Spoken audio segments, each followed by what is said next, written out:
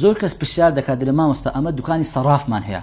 کابرا دێتن مەسەن 100,000 پارەی فیاسپی پێیە یاخود 100,000 FIB پێیە دێتن دەرێ کاکە ئەو پارەم لەو بکەن نەقدی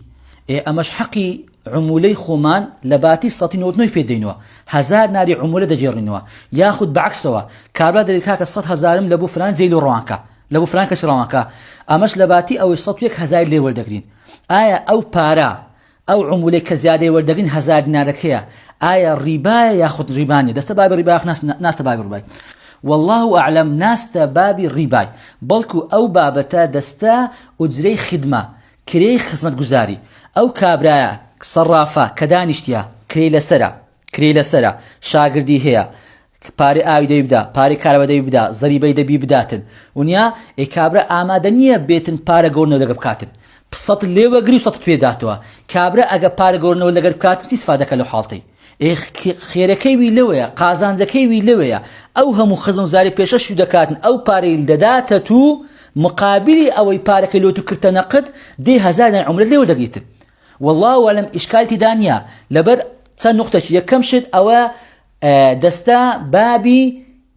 ئوجرەی خدمە کرێی خزمەتگوزاری ياخذ كري حوالة كردن ياخذ كري تحويل كردن ياخذ كري يعني كرنا نقد كردن مثلا او بارا لو تو استفاده ناكي لبر بس هر دكان شي كابرا امرنا اتو استفاده لو دك او سزا لو تو ببتت ببيت النقد الكابرا مزبونيه بباري تو بقورتو سر بسر يعني استفاده لو دك لو حالتي الكابرا تكون قفاد دكان باش ام جو قازان شنكم لو حالتي ملوت او شيء بكم يكم شدستا بابي ازري خدمه كري خدمه بزاري دوم شد او بابتا صرفنيه يعني استا الصرف نابي كمزيادكا پارە بە پارە دۆلار بە دۆلار نابی زیادکاتن بەڵام ئەوە صرف نییە بەڵکو ئەوە پارەی خۆتە وەردەگریەوە مقابلی ئەوەی کرێکی دەی مقابلی ئەوەی عمولەکی دەی فەرقی هەیە لەگە سەرفی ئێستا سەرف معاملەیە بس ئەو معاملە نییە ئەم فەقەت دەرم کاکە ئەو پارە ئیخۆمە 100,000 ئیخۆمە لۆ من هاتیە كاكا لون بك النقدي دير بساطه لو دكما نقدي بلا مقابلي اوي لو دكما باري نقدي مقابلي اوي امن كليك اللي ودك حقي الدكان دانا حقهم مستفهم هي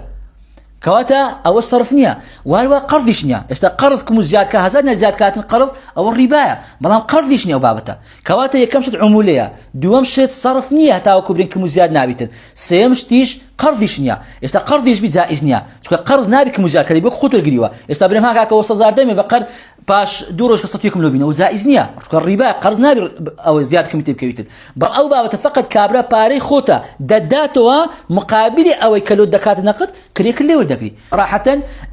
او بابته والله اعلم ناس تبابي الربا بهيش نوع دونس الى عقب الربا ونيا بلاك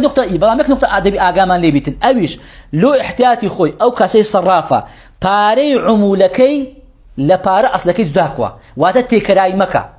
جدایکەوە مثلا بۆنا کابرا دەی 100,000 هەیە ونیا 100,000کەی پێدەوە لە پاش بریکاکە 1000 عمولەمان بدەی مەری هاکە نۆت پێدەمە ئەو هەمەکەی مەری تکلو وبنفتك معامله بعد دو معامله بريكاك او 100,000 خود ونيا كاك 1000 عملة بدي دري باشا بس تصاو هاكا 1000 بجروا استكان ليكوا وبيباري عمولي فرق بيدك الاول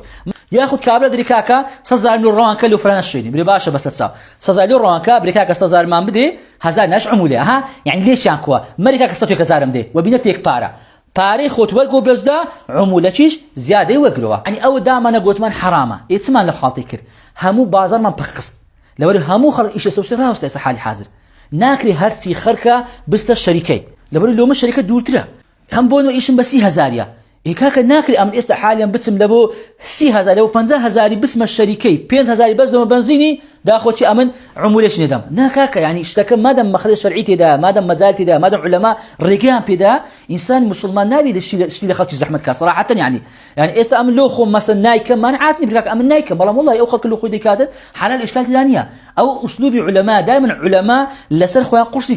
كردي بلام لو خلق شيء اصلا كان تداك ديا مادام مزالتي داحيا اما نار حرامي حلق لبو خلق شيء بلام مادام مزالتي مادام علماء زور دفن او بابته دست بابتي عمولي كواتش مزالك فرامنكا يعني بيجناك خلطي توشي قلقيكي عام علماء دفرمون او دست بابي اجري خدمه وهروا صرفنيا وهروا قرضشنيا كمادام اوشتاننيا كواتا والله اعلم دروسته واشكال شرعي تيدانيا